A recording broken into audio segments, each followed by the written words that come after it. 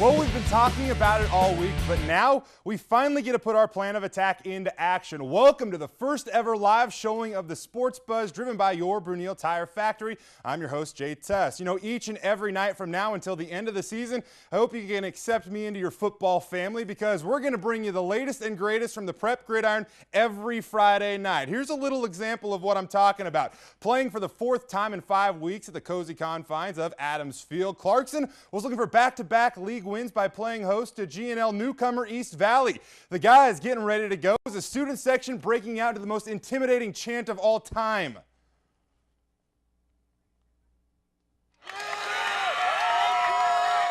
Okay, in case you couldn't hear, they were saying Jay Tust. I thought it was cool. We pick it up in the third. East Valley trailing 7-0, but not for long. They'd missed the extra point, but the 16-yard scoring strike got them to within one. Ensuing possession, the Bantams go 3 and out, but off the Sean West punt, Colby Ruark recovers. Then Clarkson turns it into 6. Brady Arnone hits the touchdown machine that is Colby Hansen.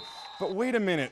Flag on the play, holding it, brings it back onto the fourth. You can't stop him. You can only hope to contain him, folks. Hansen goes in from 4 yards out, and Ethan Whitaker would add a pick 6. The Bantams win 21-6. Up in Pullman, the Greyhounds hosting former GNL foe Colville. We pick it up in the fourth. The Indians going to the air. Jake Stanisiewski steps in front of the pass. He'd eventually be forced out of bounds. Then, with just seconds left in the contest, Simon Saffer puts the nail in the coffin. Pullman taking out some frustration on Colville. They win 37-7. Up in Moscow, the Bears celebrating homecoming. The royalty lining up for some photos, getting a little love from the students. Jake Helbling out again. Second quarter of action, Helbling's replacement, Kyle Morgan, connects on the 37-yard bomb to Aaron Donaldson. The Bears are up 20-0 with 4:40 to go in the half. After that, a miscue and a fumble by the Badgers. Logan Brooks eventually emerges from the pile. And away he goes, 45 yards. The refs would eventually award him 6 points for his efforts, 27-0 Bears. That puts a smile on Papa Bear's face. It's homecoming. Moscow wins 27-8. Now in the White Pine League, the game of the night was out in Kendrick as the Tigers were looking for their 4th straight win. With the defending league champs visiting fans. Looking for the Tigers to make a statement against Prairie in the first. Kendrick trying to spread it out. Austin Hall trying to buy time. He finds a guy wearing the wrong jersey, though, in the end zone. Justin Schmidt returns it out to the 9. 2 plays later, his big bro would finish it off. Devin Schmidt up the gut. If you see the nameplate on the back of this guy's jersey, well, more often than not, it likely means 6 points. 80 yards to the house, 16-0 Prairie. The Tigers would not go down without a fight. Blake Warner counters with a 25-yard touchdown run of his own. In the end, Prairie reminds everyone who's top dog, though. They win 64-20.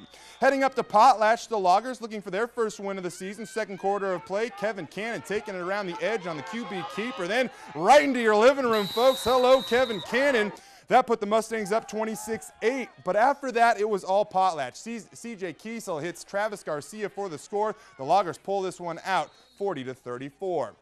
So with the outcome of those 2 games in mind, a quick look at the White Pine League standings. As you can see, both Prairie and Troy sit on top of the league. Clearwater Valley, they had an off night, but sneaking up into 3rd place. Now, one other game we got to get to tonight, folks. In the 2B ranks, number 1, Colfax taking on number 8, Reardon. The Bulldogs, they haven't been challenged all year and don't think the story would be any different in this one.